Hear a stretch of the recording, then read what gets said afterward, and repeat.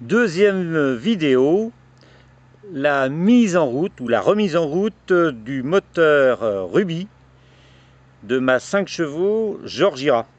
Donc je dédie cette vidéo en priorité à tous mes camarades du club Georgira, la voiture de l'élite, et à son président et ami Michel Piat. Donc j'ai équipé ce moteur d'un tube d'échappement qui représente la longueur de l'échappement quand le moteur sera remonté sur la voiture. J'ai disposé là, comme ce moteur est fixe, d'un ventilateur de récupération que j'ai mis en attendant là, qui est commandé manuellement. Je fais tout d'une seule main, je tiens mon appareil photo, je filme avec mon appareil photo contact de l'autre. Donc voilà, une commande manuelle. Sur l'auto, ça ne sera pas monté comme ça. D'abord, j'aurai un ventilateur de beaucoup plus petite dimension et il sera commandé automatiquement par un thermocontact.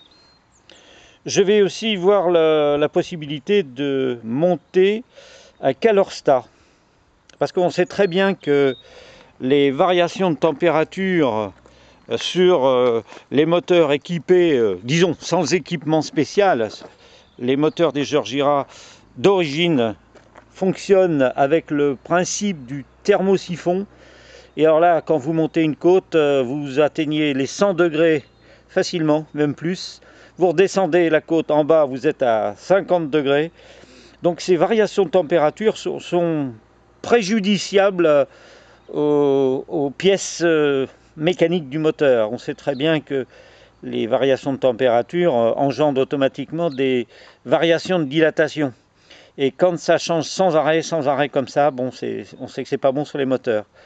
Donc avec le petit calorstat, j'aurai donc une fourchette restreinte de température et bon, je pense peut-être économiser mon moteur. Donc je vais procéder à la remise en route là. Je vous dis tout de suite que je triche un peu parce que j'ai déjà mis ce moteur en route tout à l'heure. Donc contact, voyant de contact, le starter c'est pas la peine. Là vous avez un voyant d'huile qui indique la pression en dessous de 0,7 kg, 0,7 bar. La température d'eau, bon, elle démarre à 40, mais là bon, il est encore à peine tiède.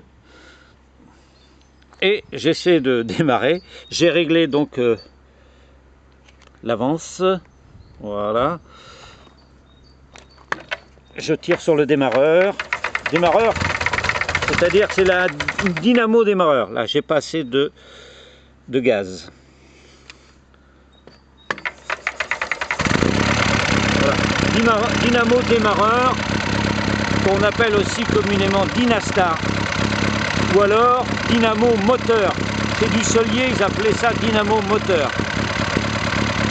Donc bon, tous les amis du club Georgira connaissent son fonctionnement, mais pour les autres, donc quand vous mettez le contact, vous tirez sur la manette de démarreur, ce mécanisme se met en moteur, donc en démarreur. Dès qu'il tourne, il passe en fonction génératrice, c'est-à-dire en fonction dynamo. Bon ben alors, ça a l'air de bien tourner. Au ralenti là, la pression d'huile est oui, 4 bars 2 à peu près. D'accélérer.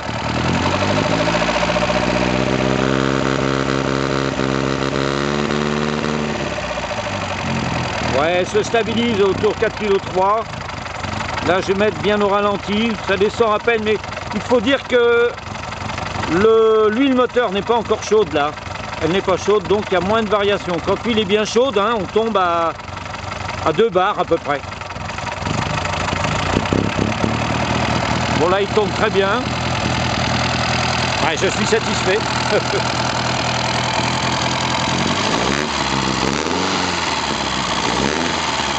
Un peu bruyant, mais ça fait partie de nos petites autos. Faut que ça pète un peu.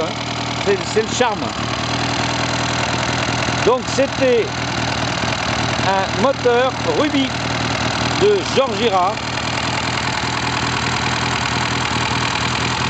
5 chevaux, type M. Et cette voiture, ma voiture, c'est un Roadster de 1936.